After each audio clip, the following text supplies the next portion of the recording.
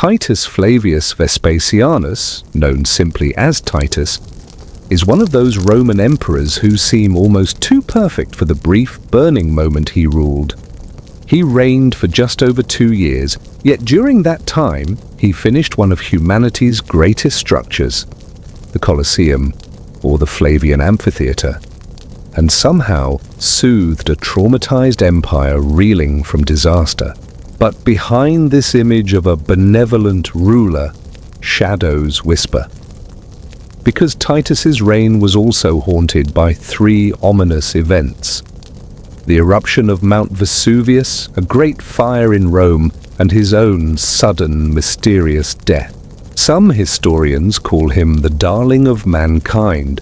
Others suspect that his fate was part of something deeper, a divine curse, or perhaps a human plot buried under the marble glory of Rome. So, what if Titus's triumphs weren't coincidence at all? What if the Colosseum, that eternal symbol of entertainment and power, was also tied to something darker?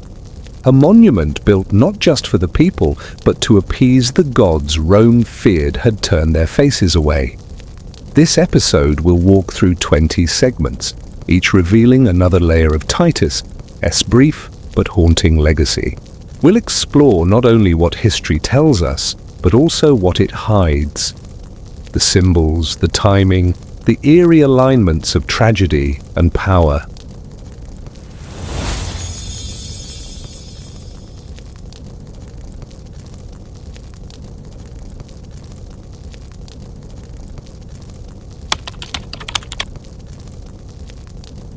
Rome had seen emperors come and go, tyrants, dreamers, men claiming divinity. But when Titus ascended the throne, something in the city's air shifted.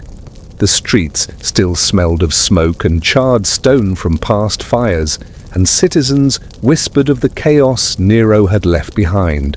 Yet the excitement of a new emperor pulsed through the forum, bright torches illuminating faces that both feared and revered him. People said the gods were watching, weighing the fate of this new ruler and the fragile empire he now held. Shadows stretched across the marble columns of the Palatine Hill, as if Rome itself paused to measure whether Titus would bring peace or more calamity. And beneath it all, an unseen tension lingered, an unspoken question hanging in the air. Would this son of a soldier save them? Or would he fall victim to the same fate that had devoured so many before him?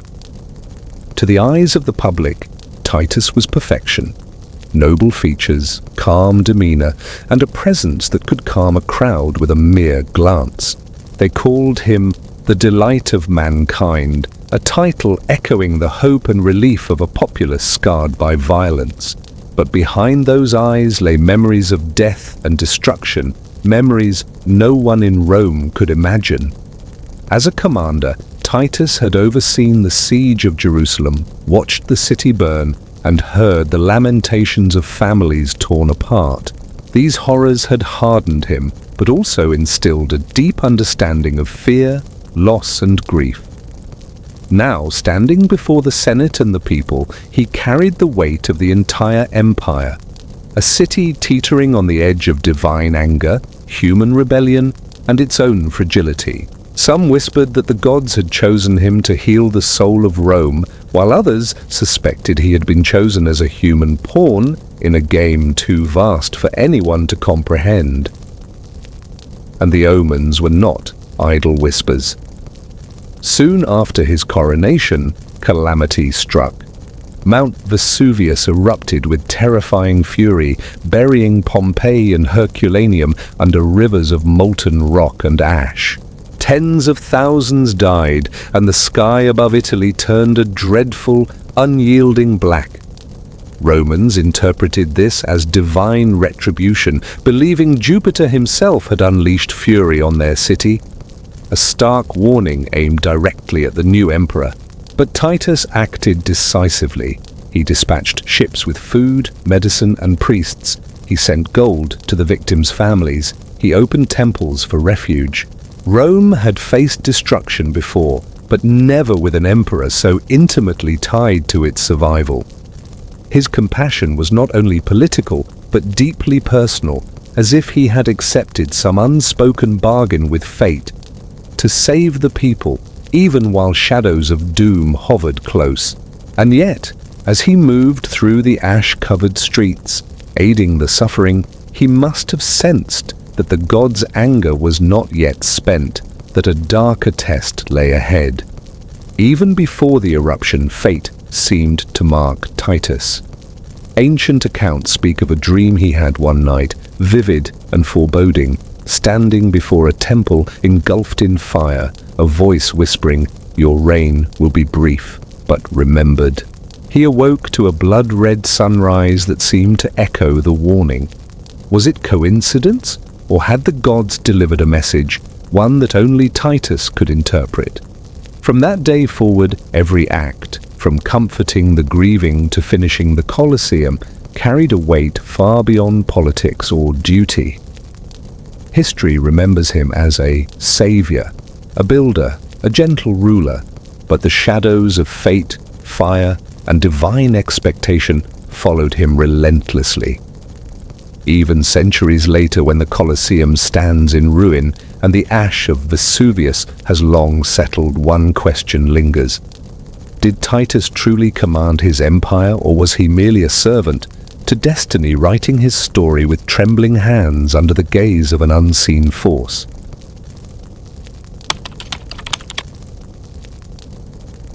Titus was born under the weight of expectation. The son of Vespasian, a general rising through the ranks of Rome's army, his earliest years were shaped by discipline, strategy, and whispers of destiny. While other children played in the streets of Rome, Titus learned to read maps, count soldiers, and understand the art of command. The city's marble corridors were full of politics and intrigue, and young Titus was not immune. He watched senators plotting, spies moving in silence, and fathers making deals that would ripple for generations. Even as a boy, he sensed that power came at a price often paid in blood, fear, or betrayal. And perhaps, he thought, one day that price would be his. Titus's true education began far from Rome, in the chaos of war. As a young man, he followed his father's campaigns, eventually leading troops himself in Judea. Here he saw the horrors of conflict, cities burned, families destroyed, temples desecrated. He became a commander who knew both victory and its dark cost. It was in these moments, amid the cries of the dying and the shouts of soldiers, that Titus learned the truth about power. It is never given, only taken, and always fragile. Every decision carried the weight of life and death. And yet he gained something few leaders ever possess: the ability to see beyond immediate triumphs, to anticipate consequences, and to calculate the moves of men, gods, and fate alike. The battlefield shaped not just his skill, but his understanding of Rome itself, a city as unpredictable and dangerous as any enemy army. Returning from war, Titus entered the glittering, treacherous world of Rome's elite. His father, Vespasian, had become emperor after the chaos of civil war, and suddenly Titus was no longer just a soldier. He was the heir to the empire. But palace life carried its own dangers. Senators, jealous relatives, and ambitious courtiers circled like predators, testing his resolve. Every smile could hide a dagger, every compliment might be a trap. It was a world where perception often mattered more than truth, and appearances could be fatal. Titus had to learn not just how to command armies, but how to read men and gods, whose intentions were shrouded in mystery. His time in Rome taught him that ruling an empire demanded not only courage, but patience, cunning, and a willingness to confront shadows that never left the throne room. Through all of this, Titus remained a paradox, a warrior shaped by blood and fire, yet a son molded by duty and expectation. When Vespasian finally named him heir, Rome watched with bated breath. Some celebrated the continuity of leadership. Others murmured doubts, wondering if the man who had witnessed so much death could govern with compassion. But Titus carried both lessons with him. The discipline of the soldier and the insight of the observer, the knowledge that destiny is never gentle and the courage to meet it head-on. From the shadows of war and palace intrigue, the warrior became the heir, a man prepared to face not only the perils of power, but also the mysteries and omens that would define his brief but unforgettable reign. And as the people of Rome looked to him, none could have guessed how closely his life would intertwine with catastrophe, triumph, and whispers from the divine.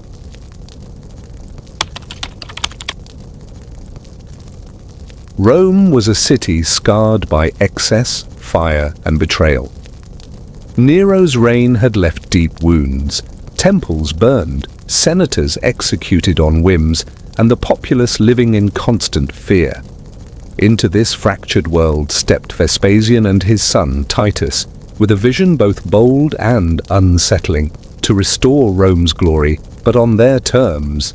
The Flavian dream was not merely about rebuilding buildings, it was about reshaping the soul of an empire. Marble replaced timber, law replaced chaos, and monuments rose as symbols of power and permanence. Yet beneath the grandeur, whispers of unrest persisted. Was this renaissance truly for the people, or was it a carefully crafted stage for the dynasty's ambition? The Flavians understood one truth that few emperors could ignore: the people and the gods were equally fickle. Every festival, every construction, every decree had to satisfy both. Political rivals, survivors of Nero's court, lurked like shadows, ready to exploit any misstep. Meanwhile, omens and prophecies circulated, tales of dynasties rising only to fall violently, of emperors doomed by celestial warning. Vespasian and Titus maneuvered through this invisible minefield with skill, blending spectacle with strategy. Public games, military triumphs, and generous gifts to the people were not just celebrations, they were signals. The Flavians had arrived, Rome was stable, and any dissent would be dangerous. Yet even as they consolidated power, an undercurrent of mystery persisted, hinting that their dynasty, no matter how brilliant, might be vulnerable to forces beyond mortal control. At the heart of this vision stood the Colosseum, a monument that would define Titus' reign. It was more than an arena for gladiators, it was a symbol of Flavian strength, a concrete testament to their dynasty's endurance. But its construction carried secrets few dared to discuss openly. Blood from captured slaves and prisoners mixed with the sweat of countless laborers. Legends whispered that the site itself had been cursed, that the ground carried echoes of older, forgotten rituals. As Titus took command of its completion, he faced not only engineering challenges but also a weighty responsibility to transform this place of blood and spectacle into a lasting emblem of his family's power, while navigating the invisible forces of superstition and fate that seemed to shadow every stone laid. The Flavian dream was a delicate balance between ambition and survival. Titus and his father understood that to rule Rome, they could not merely wield the sword. They had to command the story. Every act of generosity, every completion of a building, every game held in the Colosseum was part of a grand narrative. The dynasty rising from Nero's ashes, triumphant yet wary, powerful yet haunted. Yet even in these moments of triumph, a lingering question shadowed Titus. Could greatness truly survive when built upon destruction?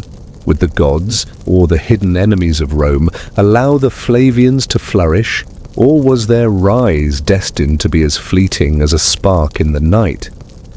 In this tension between glory and doom, the young emperor stepped forward, a man caught between history, destiny, and the mysteries that clung to every corner of the eternal city.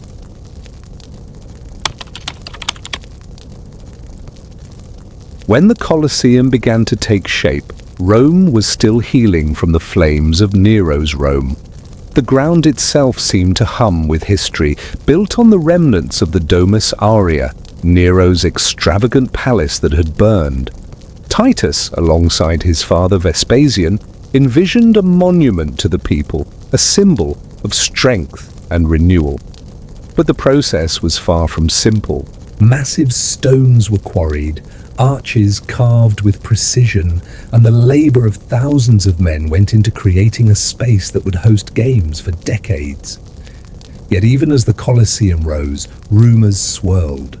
Stories of ancient curses, sacrificial rites, and a land that refused to forget. Each stone seemed heavy, not just with concrete, but with the weight of expectation and mystery. The Colosseum was not only a marvel of architecture, it was a stage for the deepest contradictions of Rome, grandeur built on blood. Slaves, prisoners of war, and condemned men labored endlessly, and many never saw the finished arches they helped raise. Ancient writers hinted at rituals performed during construction, offerings made to appease the gods, and sacrifices to ensure the building would endure. Some claimed that the site itself had been haunted long before the Flavians laid a stone, that spirits of past emperors or forgotten deities lingered beneath the foundations. Titus, aware of omens and prophecies, may have conducted these rituals personally, blending duty with superstition. In Rome, power was never purely political. It was spiritual, mystical, and tied to forces beyond the eyes of ordinary citizens. Once the Colosseum neared completion, plans for its inaugural games were whispered through the streets of Rome like both promise and warning. The arena would host gladiators, wild animals, and displays of imperial power meant to awe the population. But the events were more than entertainment. Some scholars suggest that these spectacles served as offerings to the gods, rituals of reconciliation for past atrocities, and subtle messages to enemies within the Senate. Titus understood that in Rome, spectacle was power. Every roar of the crowd, every clash of swords, every life lost in the sand was both a celebration and a reminder. The emperor commanded both human and divine attention. The arena was no mere stadium. It was a crucible of belief, fear, and authority. The Colosseum's walls stand to this day, silent witnesses to centuries of history. Yet behind its grandeur lies a mystery few have fully understood. Were the foundations truly sanctified to guarantee safety, or were darker rituals performed meant to channel power, luck, or even vengeance? As the Flavians completed this colossal project, whispers suggested that the emperor himself had consulted astrologers, priests, and secret advisors seeking guidance on every corner, every arch, every passage. The building was more than a monument.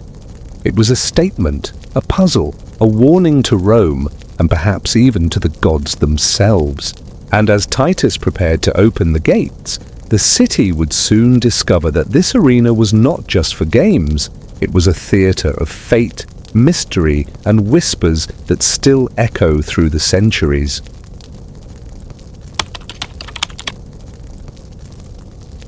When the Colosseum finally opened, Rome was electrified. Citizens crowded the streets, eager to witness the marvel that Titus and his father had constructed.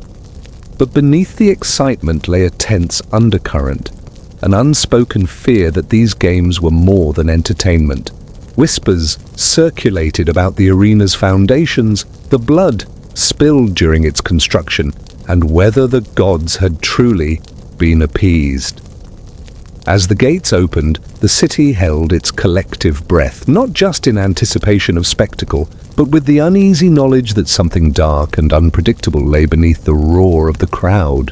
This was Rome's greatest theater, and the opening games would reveal whether the Flavian dream was divinely sanctioned or cursed. The inaugural games were a staggering display of power.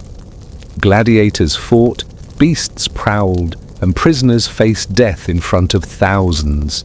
Yet these were not just performances, they were ritualized acts intended to bind the people's loyalty while showing the emperor's absolute control over life and death. Some ancient writers hint at even darker undertones, ceremonies honoring the gods of war and fate, hidden offerings buried beneath the sands, and rituals conducted behind closed doors to ensure the arena's continued safety. For Titus, the games were a balancing act. Awe the masses, honor the divine, and suppress whispers of curses. Every sword struck and every roar from the crowd was part of a carefully choreographed narrative, one that combined terror and triumph in equal measure.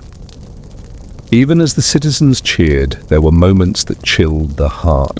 The death of a gladiator, the fall of a wild animal, even the panic of a trapped spectator could send shivers through the audience. Historians suggest that Titus himself watched closely, both for the safety of the games and for signs from the divine. Could the gods be angered? Was the arena truly blessed, or did some invisible hand plot revenge for the bloodshed during its creation? The first games were as much about observation as spectacle, a test not just of the Flavian authority, but of fate itself. Every cheer, every gasp, every cry from the sand told a story, not just of Rome's power, but of the delicate, mysterious balance between life, death, and destiny. As the games concluded, the Colosseum stood as a monumental reminder of the Flavian dynasty's strength, ambition, and calculated control. Yet the horrors of the first spectacle lingered long after the crowd dispersed. Scholars today speculate on the secret rituals, divine consultations, and silent warnings that accompanied these initial events. Was Titus truly a benevolent emperor? Or was he a man navigating a landscape of hidden threats, divine expectations, and human envy? The first games were a triumph in the eyes of the people, but behind the applause lay an unsettling truth. Power in Rome always came with a shadow. And in the heart of the Colosseum, that shadow waited patiently, echoing through the ages, a reminder that even glory was inseparable from horror.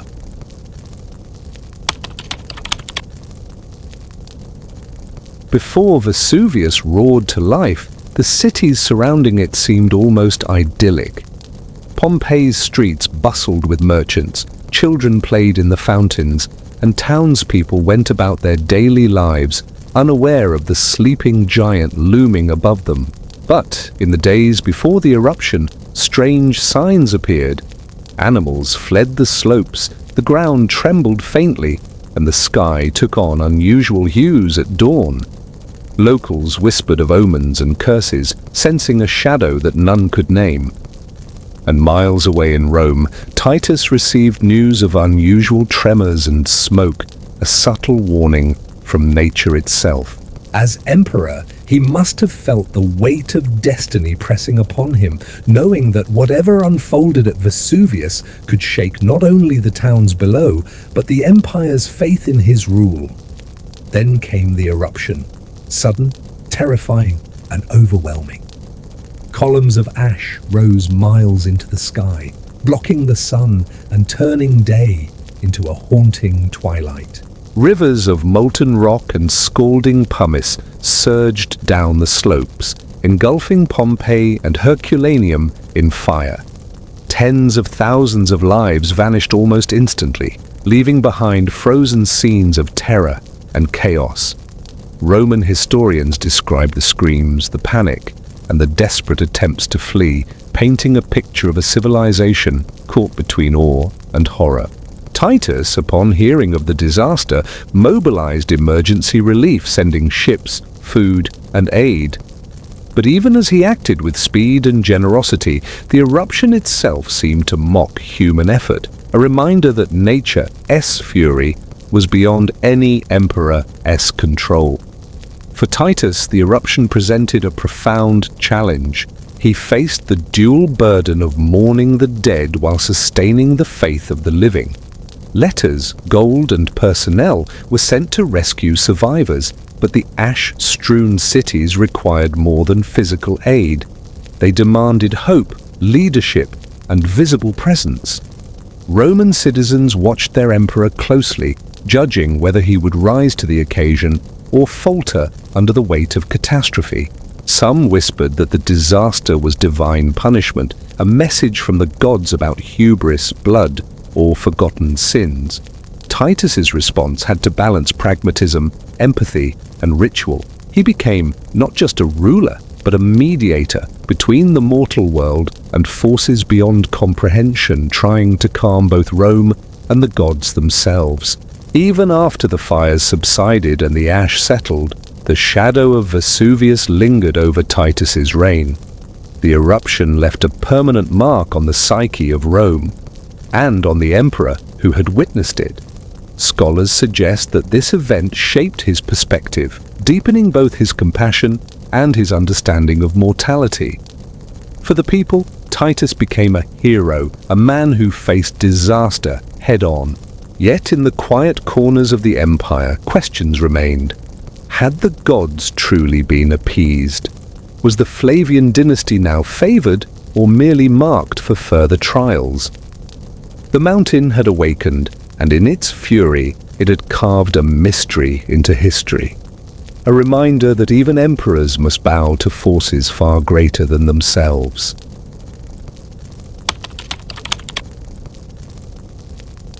When the eruption of Vesuvius subsided, Pompeii and Herculaneum were left in eerie silence. Streets once filled with laughter and chatter were now frozen under a thick, grey blanket of ash. Homes, shops, and temples stood like tombs, preserving a city in the grip of sudden death. The air, still heavy with sulfur and smoke, carried an almost otherworldly stillness. To Rome, this was no longer a distant catastrophe. It was a haunting reminder that nature could strike without warning, and that even the greatest empire was fragile. Citizens whispered about curses, divine anger, and secret signs hidden within the ruins. The disaster became more than a tragedy. It became a message, mysterious and ominous, that demanded interpretation.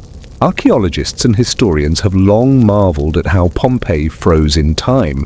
Figures of citizens captured in mid-step, meals preserved on tables, and frescoes still clinging to walls all speak to the suddenness of the event. Some ancient writers suggested these frozen moments carried warnings, reminders of hubris, greed, and the fleeting nature of life. For Titus, overseeing an empire already grappling with fear and omens, the ruins were both a humanitarian crisis and a spiritual puzzle. Could the ashes conceal signs from the gods? Did this disaster foreshadow challenges to the Flavian dynasty? Every buried statue and every collapsed roof became a symbol of uncertainty, raising questions that even an emperor could not answer. Titus's response to Pompeii was swift but complex. He sent aid, compensation, and relief teams, demonstrating both power and compassion. Yet behind these practical measures, there was a delicate political and mystical dance. Roman citizens looked to him not only for survival, but for signs of divine favor. Had he earned the gods' blessing, or would more calamities follow? The line between ruler and priest, politician and mediator blurred as Titus navigated the aftermath. Some historians speculate that he consulted augurs and soothsayers, attempting to decipher messages hidden within the disaster, seeking guidance for the decisions that would follow. Each action he took was weighted with both moral responsibility and the unseen pressure of fate. Even centuries later, Pompeii's ashes speak to us, a frozen narrative of mortality, power, and unseen forces shaping history. For Titus, the eruption was not just a moment of disaster, it was a test, a puzzle, and perhaps a warning. Rome had survived many crises, but the gods, or fate, seemed to remind him that no amount of courage, wisdom, or construction could fully shield the empire from forces beyond human control. The Flavian dynasty had endured, the Colosseum stood completed, but the whispers of Vesuvius remained. Was Pompeii merely nature's fury, or a message written in ash and flame for those who dared to rule Rome? For Titus, this question would linger until his final days, shaping decisions, fears, and the legacy he left behind.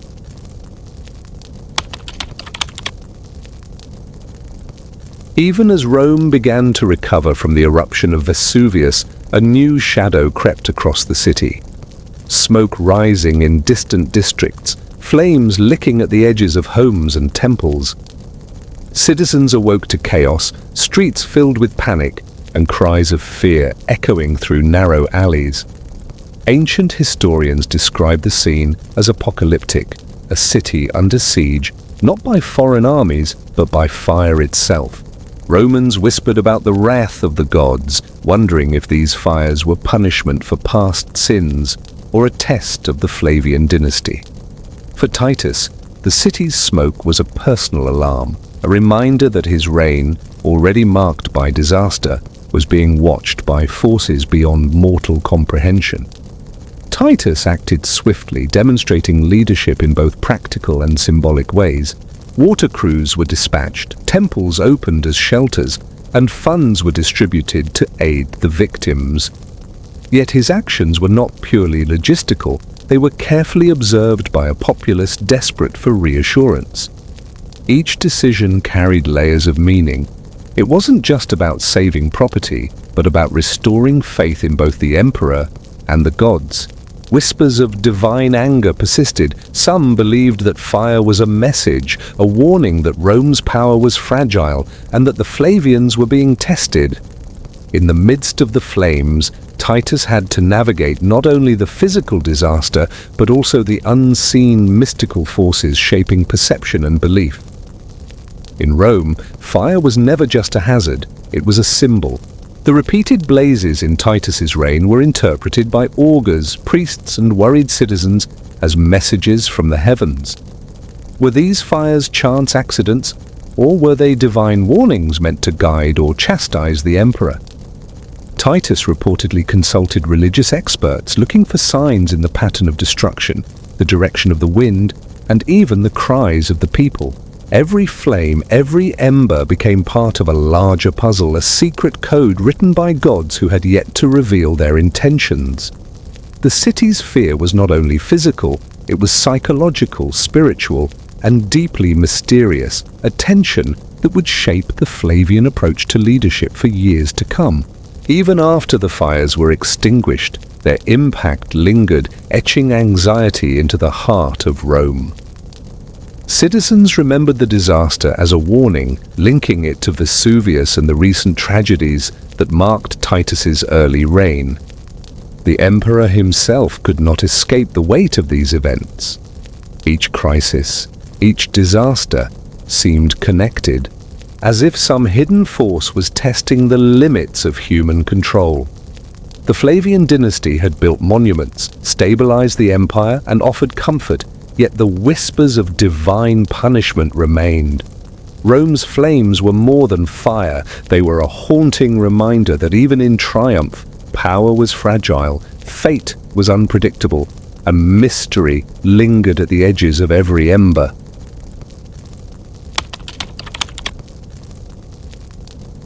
Titus walked among the ashes of cities, among citizens still trembling from the horrors of Vesuvius and the fires of Rome. To the people, his presence was a balm, a living reminder that the emperor cared. He listened to grief, handed out aid, and offered gold to rebuild homes and temples. Yet, even as Rome saw a compassionate ruler, whispers circulated in shadowed corridors. Was this mercy born of genuine concern, or was it a calculated move to maintain authority? In a city shaped by spectacle, every act, even kindness, was observed and interpreted. Titus seemed to understand this better than anyone, balancing the optics of leadership with the reality of grief that touched every corner of the empire. The emperor's generosity was more than charity, it was strategy. By comforting victims, offering relief, and ensuring that the populace witnessed his deeds, Titus reinforced loyalty and trust. Yet, historians debate the line between genuine empathy and political acumen. Did he act solely out of moral obligation, or did he recognize that the perception of mercy was as critical as the act itself? Every public gesture, from opening the treasury to commissioning rebuilding projects, carried a dual purpose, providing tangible help while reinforcing the aura of divine favor. In Rome, the boundary between ruler and savior was blurred, and Titus walked it carefully, aware that his every move could sway both human and divine judgment. Even as Titus extended compassion, he could not escape the shadow of destiny. Disasters seemed to follow him, as if fate itself tested his rule. His actions, though heroic in public view, were constantly weighed against an invisible scale of divine expectation. Some chroniclers suggest he sought guidance from priests and soothsayers, interpreting omens before decisions that could affect thousands. Compassion then was intertwined with calculation, a ritual in itself, a way to appease not just the people, but also the mysterious forces believed to govern Rome's fortunes. Every coin given, every hand lifted in reassurance, was a move in a game whose rules were partly hidden, partly divine. By the end of these crises, the image of Titus as a benevolent ruler was cemented in the hearts of Romans. Yet historians still debate the truth behind the legend. Was he a genuine savior moved by grief and moral duty? Or was he a master strategist, shaping perception to consolidate power in an empire haunted by disaster and omens? Perhaps he was both. A man whose empathy and intellect combined to navigate a world of chaos, intrigue, and mystery. In the shadows of the Colosseum, amid the ash of Pompeii and the embers of Rome's fires, Titus' actions leave a lingering question. When history remembers an emperor, does it honor the man himself or the image he created for eternity?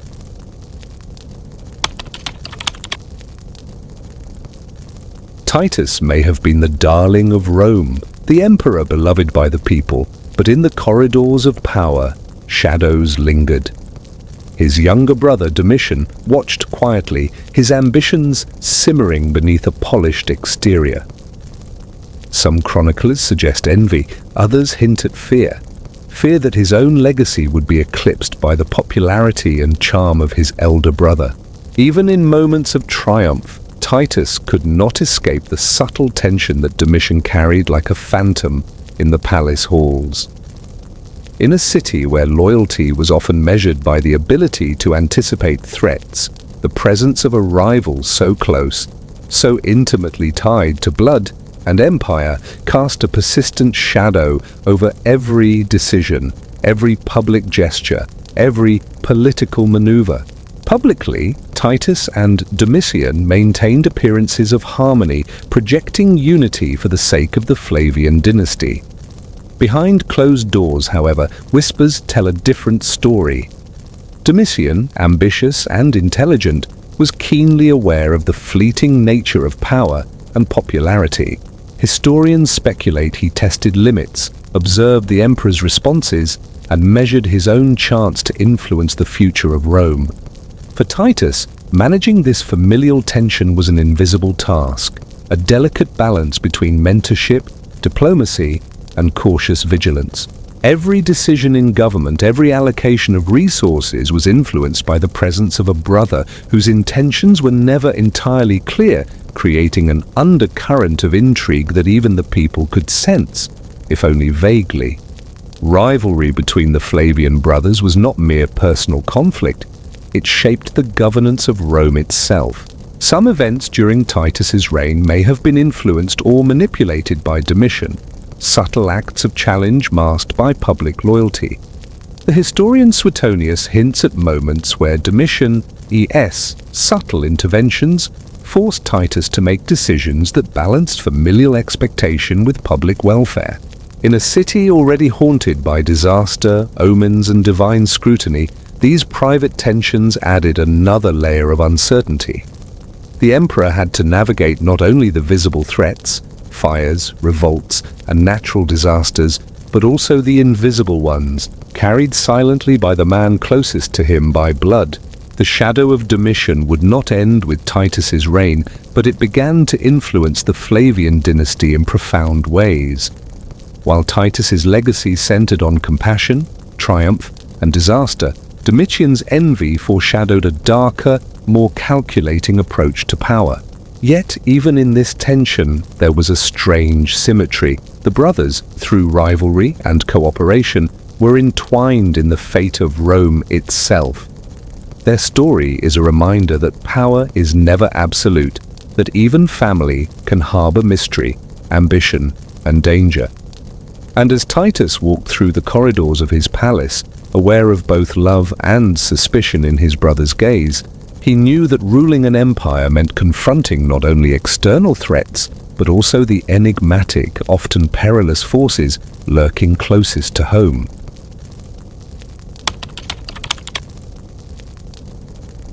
The Colosseum was a marvel, rising like a monument to human ingenuity and Flavian power. Yet beneath its grandeur lay whispers of a darker truth. Ancient sources suggest that the arena's foundations were laid with blood, the sweat and suffering of thousands of slaves and prisoners who never saw the final triumph. Romans spoke of curses, murmured in shadowed alleys and behind palace doors, that any emperor who dared to wield this power risked drawing misfortune. The very stones seemed to hum with memory, carrying the echoes of cries, terror, and death. For Titus, standing before the completed arena, this was both a triumph and a reminder that even the mightiest achievements were rarely free from sorrow. The inaugural games had dazzled the populace, but some accounts suggest darker rituals accompanied these spectacles. Gladiators, wild beasts, and captives were not only entertainment but also offerings, ways to appease the gods and honor the fallen. Chroniclers hint that priests and soothsayers watched every event, reading omens in the flow of blood, the patterns of combat, and the reactions of the crowd. Rome cheered, oblivious to the subtle layers of superstition and ritual surrounding them. The Colosseum, in all its glory, became a theater not just for human triumph, but for divine judgment, where the boundary between celebration and sacrilege was as thin as the edge of a sword. Even as the Colosseum cemented Titus's legacy, it cast a shadow over the dynasty. Some whispered that the arena carried a curse, that misfortune would follow those who presided over it. This tension may have contributed to the Flavian awareness of omens, dreams, and divine favor. Every act of generosity, every public display of power was intertwined with an unspoken vigilance, a hope that the arena's legacy would not turn against them. For the emperor, the Colosseum was not just a monument of achievement, it was a reminder that glory and danger were inseparable, and that every stone laid carried both honor and a hidden threat. Centuries later, the Colosseum still stands, a silent witness to history, blood, and whispered curses. Tourists marvel at its architecture, unaware of the stories woven into its stones. For Titus, the arena was a symbol of triumph, disaster, and the precarious balance between mortal ambition and divine will. Was it truly cursed, or was the legend a reflection of human fear? A narrative built to match the grandeur and horror it witnessed? The question lingers, a mystery as enduring as Rome itself. In the shadow of the Colosseum, the line between history and legend blurs, leaving only the echo of footsteps, cheers, and whispers that tell of power built on blood and destined for sorrow.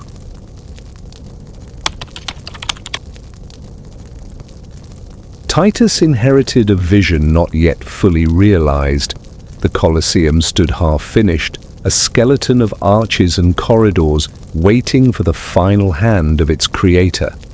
For him, the project was more than construction. It was a statement of power, stability, and divine favor. Each stone laid, each arch completed, was a testament to his ambition and skill as both ruler and organizer.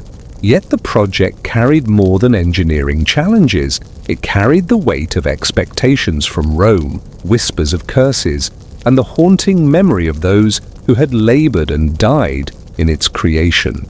Titus understood that completing the monument was not just about architecture, but about navigating fate itself, a delicate dance of human will and the unseen forces that seemed to linger over every stone. The process of finishing the Colosseum was a marvel of organization. Thousands of workers, slaves, and engineers labored under the watchful eyes of the emperor and his advisors. Materials had to be transported from distant quarries, arches aligned perfectly, and complex mechanisms for trapdoors, lifts, and seating constructed with precision. Yet behind these practical concerns, legends and superstition guided many decisions. Priests performed rituals to bless the arena, augurs interpreted omens in the stone and sky, and workers whispered about mysterious accidents and unexplained phenomena. Titus balanced these earthly and mystical challenges, knowing that the Colosseum's success depended not just on skill, but on appeasing forces unseen and unknowable. Titus's role as builder was also one of leadership. He coordinated armies of laborers, negotiated resources, and oversaw the safety of a project that had already claimed lives.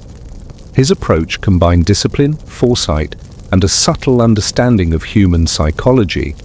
He inspired fear and loyalty in equal measure, ensuring the project moved forward efficiently. But beneath this mastery lay the ever-present shadow of mortality, disaster, and divine scrutiny.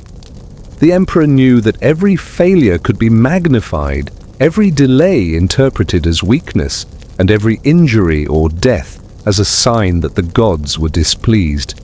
The Colosseum in many ways was a test not just of architectural prowess, but of Titus's ability to navigate fate itself. When the Colosseum was finally completed, it stood as a monumental achievement, a fusion of human ingenuity, political vision, and mystical intervention. To the citizens of Rome, it was awe-inspiring. To the gods, it was a carefully balanced offering, a testament to the Flavian dynasty's resilience. Titus's name would forever be linked to this arena, not just as a ruler or a builder, but as a man who transformed vision into reality, navigating danger, superstition, and the weight of history to leave a legacy that still resonates today. Yet the mysteries surrounding its creation, the rituals, the whispered curses, and the shadows of its laborers linger, reminding all who gaze upon it that even the greatest monuments are built on stories of human struggle, ambition, and fate.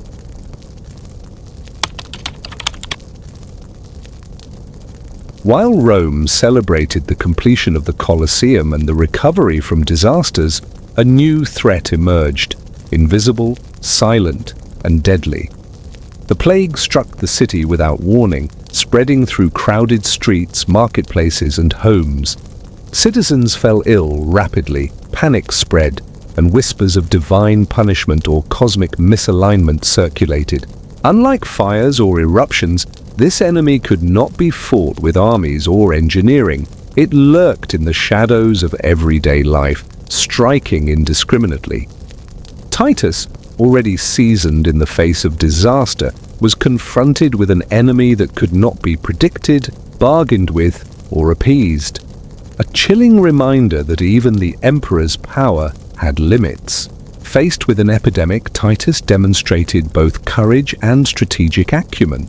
He opened temples, distributed food and medicine, and encouraged public prayers to the gods for protection. Yet historians note that his efforts went beyond mere humanitarian aid. He needed to maintain public order, reassure citizens, and prevent panic from turning into chaos. In a city haunted by fires, Vesuvius, and political intrigue, the plague added another layer of uncertainty. Every decision carried dual weight, preserving life while reinforcing faith in his leadership. For Titus, managing the plague was as much about perception and belief as it was about containment and relief. The Roman understanding of disease was limited, and so the plague became a source of both terror and superstition. Priests interpreted it as a sign of divine displeasure, astrologers linked it to the stars, and citizens whispered about hidden curses tied to past sins. In this environment, Titus had to navigate the invisible threats of illness alongside the visible threats of politics and nature. His consultations with advisors, priests, and physicians reflected a deep awareness of both science and superstition. Every plague-stricken neighborhood, every faltering merchant, every death in the streets became part of a broader, mysterious narrative, a story that intertwined fate, divine will, and human vulnerability. Despite the devastation, Titus's response to the plague strengthened his reputation. Citizens saw an emperor who acted decisively in the face of invisible enemies, balancing compassion, pragmatism, and authority. Yet the mysterious nature of the disease left a lingering sense of vulnerability, a reminder that even the greatest emperor could not control all forces shaping Rome. In the shadow of the Colosseum, amid the ashes of Pompeii, and in the aftermath of fire and plague, Titus's reign was defined by resilience against both seen and unseen threats.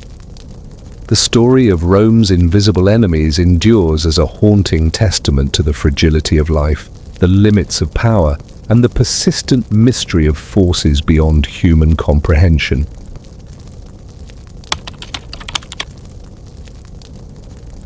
For an emperor like Titus, ruling Rome was as much about interpreting the unseen as managing the visible. From dreams that troubled his sleep to sudden signs in the sky, omens were everywhere. Ancient chroniclers describe unusual eclipses, sudden storms, and prophetic visions that seemed to whisper warnings. Citizens believed that the gods communicated their favor or displeasure through subtle signs, and the emperor was expected to read them with care. For Titus, these portents were not mere superstition. They were guidance, a bridge between mortal action and divine expectation, shaping decisions that could alter the course of the empire. Titus reportedly experienced vivid dreams, some offering reassurance, others casting shadows of doubt. In these nocturnal visions, he might have seen warnings of disaster, glimpses of triumph, or subtle advice on how to navigate political tension. Historians speculate that these dreams, whether divine messages or subconscious reflections of stress, profoundly influenced his choices. They reinforced the idea that leadership required intuition as much as strategy. Rome watched and whispered, interpreting not only the emperor's actions but also his apparent connection to higher forces, creating a narrative in which divine favor was both a shield and a mystery. Omens appeared everywhere, in celestial events, unusual animal behavior, or even strange occurrences during public ceremonies. The Flavians understood that ignoring them could provoke panic or unrest. Priests and augurs were consulted regularly, interpreting signs to guide both policy and ritual. When a comet appeared in the sky or lightning struck a temple, the populace read it as an indication of the empire's fate. Titus's careful attention to these signs reinforced the perception of a ruler who maintained harmony between the mortal and divine. Yet it also deepened the sense of mystery surrounding his reign, that every decision was weighed not just against human consequence, but against cosmic scrutiny. Through disasters, triumphs, and the completion of Rome's greatest monuments, Titus's reign was shadowed by the delicate interplay of chance and divine guidance. The omens, dreams, and portents that he observed, and perhaps subtly curated, left an enduring impression on history. Citizens saw an emperor attuned to forces beyond human understanding, one who could navigate both mortal politics and celestial will. Yet the mysteries remained. Were these signs genuine communications from the gods, or interpretations crafted to bolster his authority? In the end, the aura of divine favor surrounding Titus became inseparable from his legacy, a haunting reminder that power in Rome was never purely earthly, and that mystery lingered at the heart of even the most visible triumphs.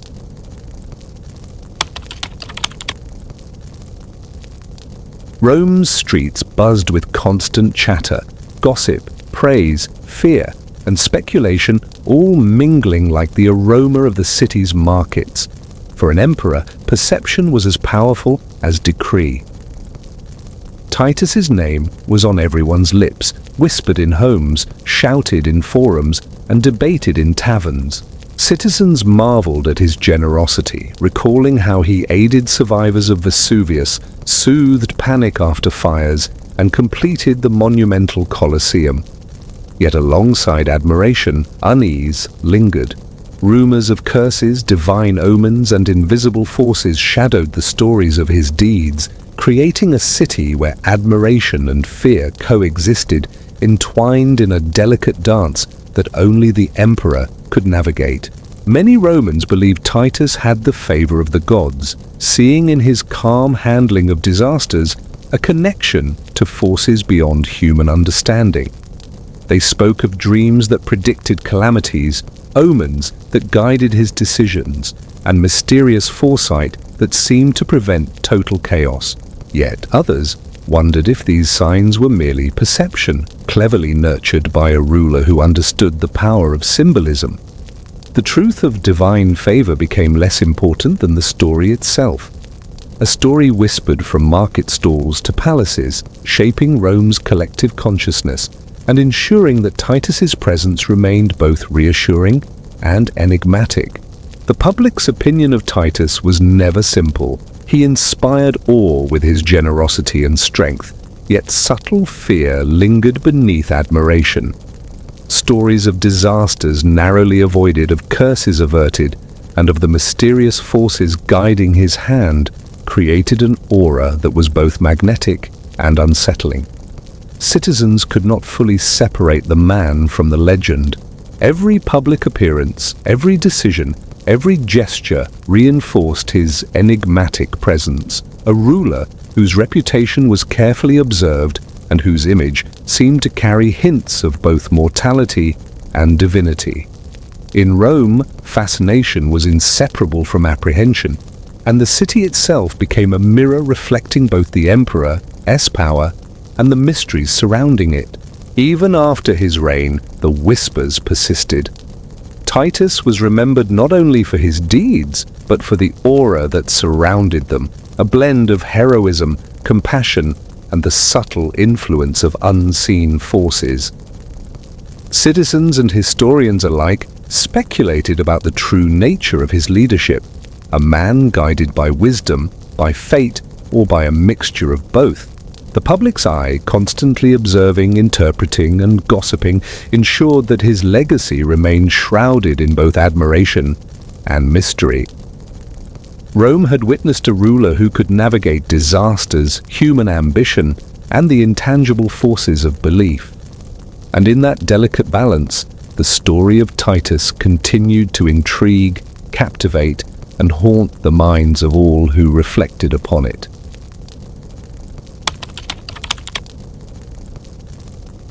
Rome thrived on spectacle, and Titus knew how to turn triumph into theater. Victorious generals marched through the streets, banners waving, trophies gleaming, while the Colosseum loomed as a silent witness. Every parade, every cheer, every roar of the crowd was a reminder of Flavian power and divine favor. Yet beneath the pomp, a subtle mystery lingered. Whispers that the gods themselves watched these celebrations, that omens dictated timing, and that every display of human glory was shadowed by forces unseen. In Rome, triumph was never merely about victory. It was about narrative, perception, and the careful orchestration of awe. The Colosseum became the stage for Titus's greatest spectacles, where sand and stone told stories of courage, fear, and mortality.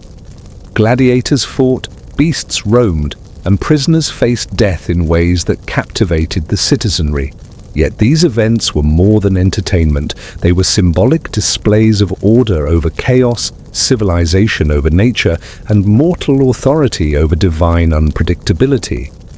Behind the roaring crowds, priests interpreted signs and scholars noted coincidences that seemed too precise to be chance. The arena, completed under Titus's watchful eye, became a crucible where glory and mystery intertwined, leaving spectators in awe and unease alike. Beyond public spectacle, Titus's personal triumphs added layers to his reign. He stabilized the empire after disasters, demonstrated compassion to the suffering, and navigated political intrigue with skill and subtlety. Yet, each success carried its own shadows, the fear of curses, the judgment of the gods, and the silent ambitions of rivals. Triumph, in Titus's world, was never absolute. It was a fragile balance between human effort and the mysteries that surrounded it.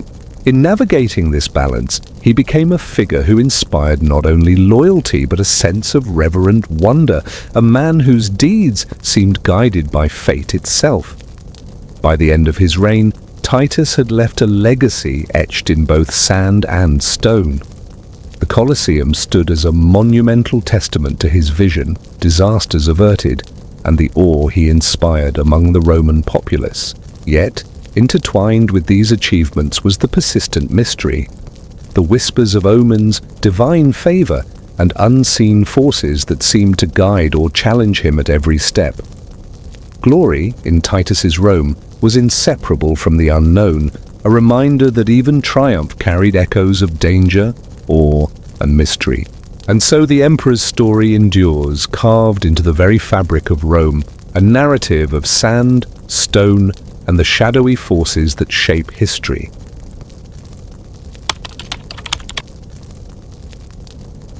Titus's reign, marked by triumphs and disasters alike, ended unexpectedly. Ancient sources suggest illness struck swiftly, leaving the emperor weakened and the city in suspense. Yet, as with much in his life, whispers swirled around the circumstances of his death.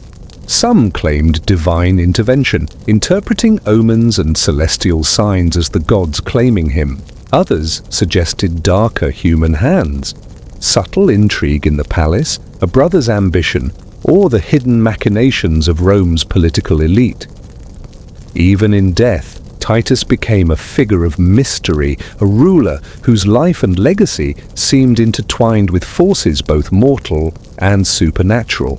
Romans reported strange phenomena around the time of his passing: eclipses, unusual storms, and portentous celestial events. These signs were interpreted as divine commentary, suggesting favor or warning.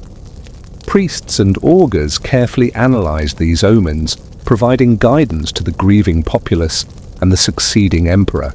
For historians, these events underscore how deeply intertwined belief and leadership were in ancient Rome.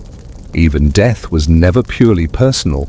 It became public, symbolic, and a source of reflection for citizens seeking meaning in the unpredictable currents of history. The sudden end of Titus's life left Rome at a crossroads.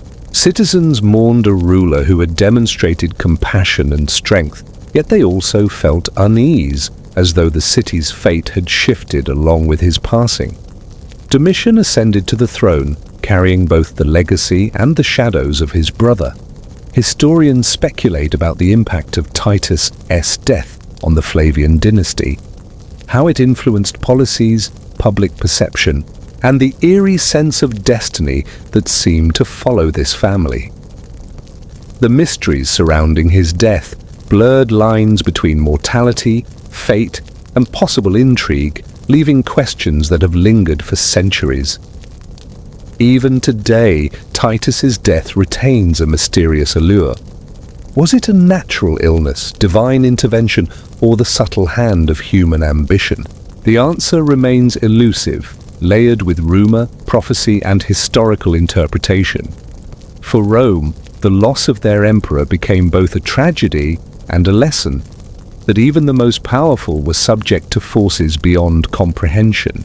Titus's life, full of triumph, calamity, and mysterious omens, ended as it had unfolded, in the shadow of uncertainty, leaving behind a legacy as enigmatic as it was monumental.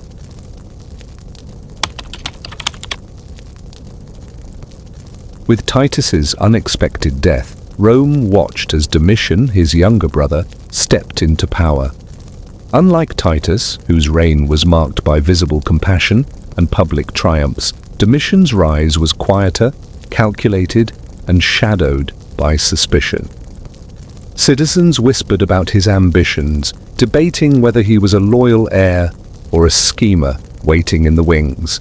Even in ceremonial appearances, Domitian projected a careful image, strong, composed, but subtly intimidating. The transition reminded Rome that power was never simply inherited. It was seized, managed, and, at times, silently contested behind palace doors. Domitian's rule was defined by meticulous planning and control. He swiftly consolidated authority, overseeing the empire with a vigilance that bordered on obsession. Some historians suggest that he was haunted by the legacy of Titus, the beloved elder brother whose popularity he could never match. To secure his reign, Domitian cultivated an image of divine favor, stability, and ruthless efficiency. Yet behind the visible order lay whispers of paranoia, secret punishments, and mysterious disappearances. Rome, once reassured by the steady hand of Titus, now faced a ruler whose shadowed approach to governance inspired both awe and unease. Just as Titus had navigated celestial signs and prophetic warnings, Domitian too was attentive to omens, but in darker, more secretive ways. Priests, augurs, and advisors were consulted not just to guide him, but to justify decisions that might otherwise seem harsh. Strange occurrences, fires, plagues, or unnatural events, were interpreted as signs to act decisively. The people of Rome observed the meticulous attention to ritual and superstition, some seeing it as wisdom, others as manipulation. In the shadows of the empire, Domitian's rise was not merely political, it was infused with an eerie sense of destiny, calculated mystery, and the weight of fraternal legacy. Domitian's reign would leave a complex mark on Rome, a mixture of fear, respect, and intrigue. While he maintained the empire's stability and completed ambitious projects, whispers of cruelty and secret machinations persisted, amplifying the mysterious aura surrounding his leadership. His ascent after Titus's death emphasized that even in the aftermath of tragedy, power carried shadows, the invisible currents of ambition, envy, and destiny. Rome had witnessed two brothers, one beloved and one enigmatic, whose legacies intertwined in triumph, disaster, and mystery, reminding all that the corridors of power are rarely as straightforward as they seem.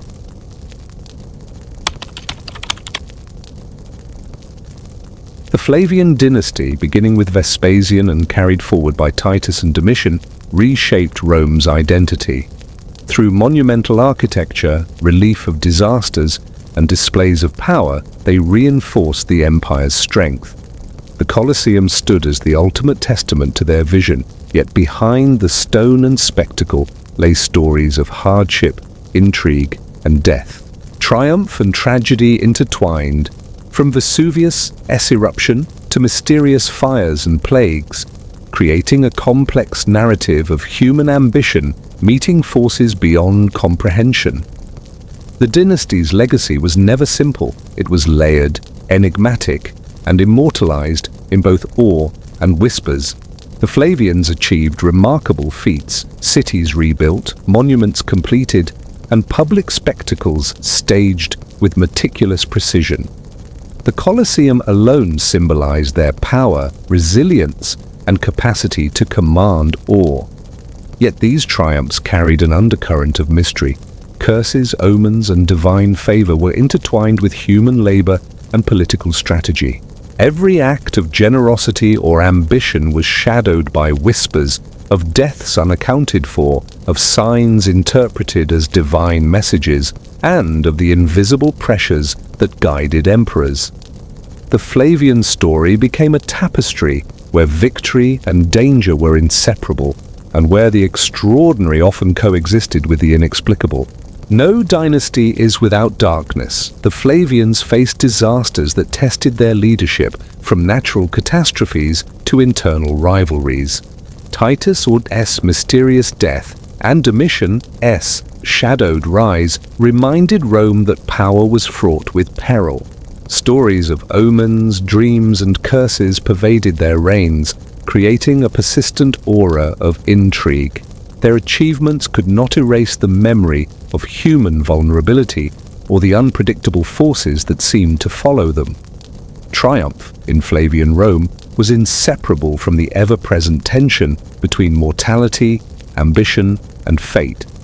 Today, the Flavian dynasty is remembered not just for its monuments or military victories, but for the mysteries that shaped its narrative. Rome's history preserves both the grandeur of their achievements and the enigmatic aura surrounding their lives. The dynasty's story is a lesson in resilience, ambition, and the interplay of human endeavor with forces unseen. From the ashes of Pompeii to the shadows of the Colosseum, from the whispers of the people to the enigmatic signs in the sky, the Flavians left a legacy that continues to captivate, haunt, and inspire, reminding us that history is as much about mystery as it is about triumph.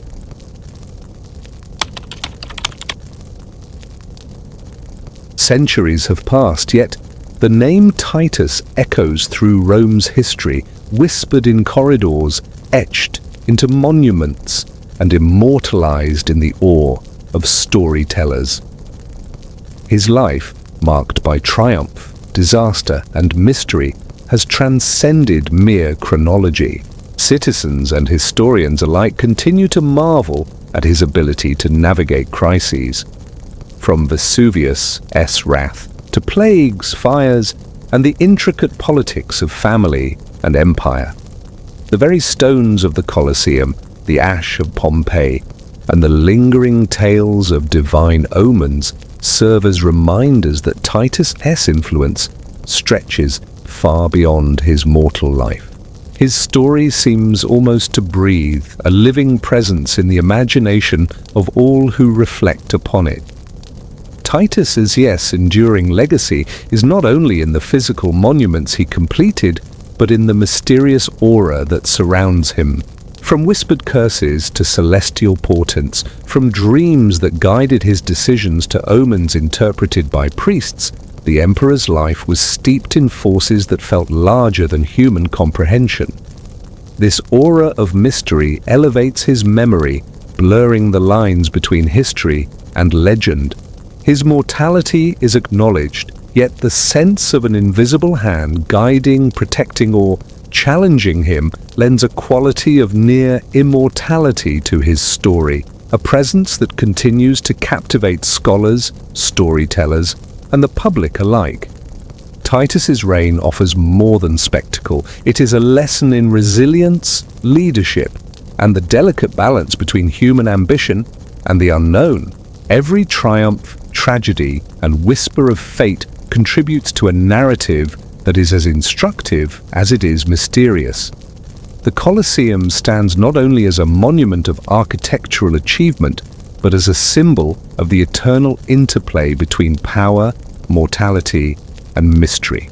In navigating disasters, politics, and divine portents, Titus demonstrated a mastery of circumstance that resonates through history, reminding us that true leadership often exists at the intersection of what we can control and what remains forever hidden. As we close the tale of Titus, the emperor, who walked between triumph and tragedy, seen and unseen forces, we realize his story is not confined to the pages of history. It endures in the shadows of Rome, in the stories told before sleep, and in the imagination of those captivated by mystery. Titus Tlay's life, his achievements, and the enigmatic aura surrounding his reign have become eternal echoes. A narrative of mortality intertwined with hints of the divine, of human endeavor shadowed by uncertainty, and of history forever tinged with the unknown. The emperor may have passed, but the mystery of Titus remains immortal. A story that continues to whisper across centuries, inviting reflection, wonder, and awe.